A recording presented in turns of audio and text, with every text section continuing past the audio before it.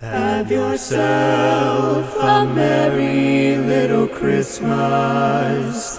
Let your heart be light. From now on, our troubles will be out of sight. Hello, hello, hello, and thank you for joining me for another day.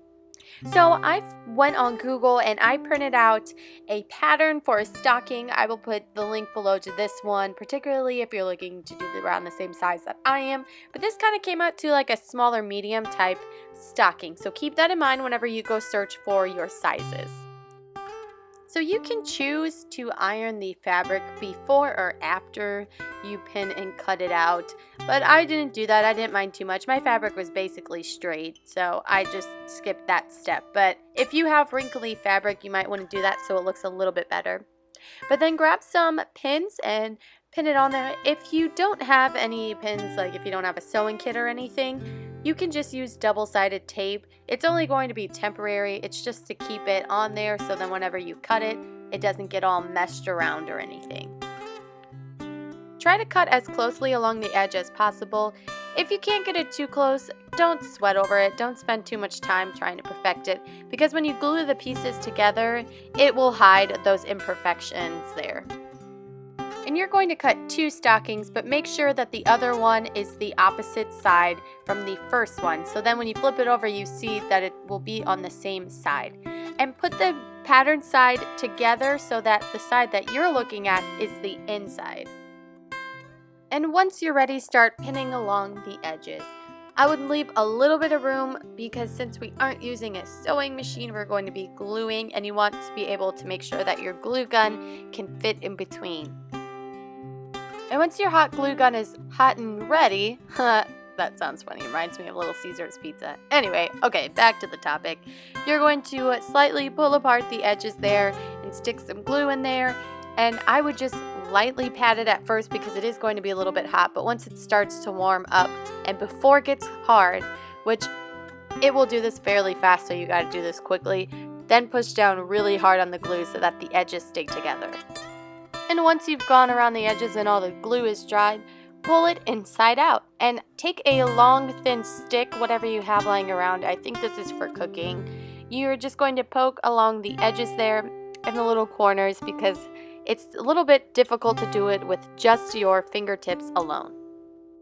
Now this is the easiest way that I found to do the trim. If you have any other easier way, please let me know in the comments down below. But I just cut a long strip that I knew would be long enough for the trim of the stocking. And I put some glue along the kind of crappy edges out. Okay, you know what, I'll say it. The crappy edges so that those can hide and all you see is smoothness. And I put it along both sides and just kind of folded it in. There's a little bit part in the middle there that you see won't be as thick, but that's okay because that's going to be the top and the bottom of the trim anyway. And once that's dried and completed, put some hot glue along the top of the stocking. Now, to hide the not so lovely edges on top of the stocking, I put the trim just a little bit above. So when you first look at it, you're not going to notice. I mean, the only real way you're going to see it is if you fill it. And it's okay if the end there is a little bit long, you can fold it over and just cut it off.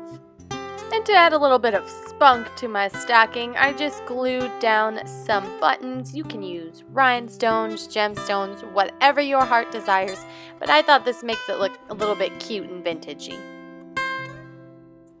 And I forgot to film this, but don't forget to make a little bit of a hook so that your stocking can hang above your fireplace like mine right here. Well, that's all that I have for you guys today. I hope you like your stocking. I know I will be using mine not for actual stocking purposes, but I'm going to fill it with fake flowers and make it a little extra decoration in my home. Well, don't forget to subscribe and follow me on my social media so that you can stay updated on my 25 days of Christmas.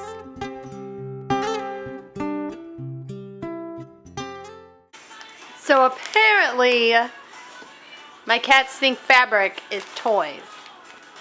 Boy, if you don't stop, this is Bubby's, and he normally is fine, but he's feeling real feisty right now over this. Okay, let me have it. Come on. Okay, all right.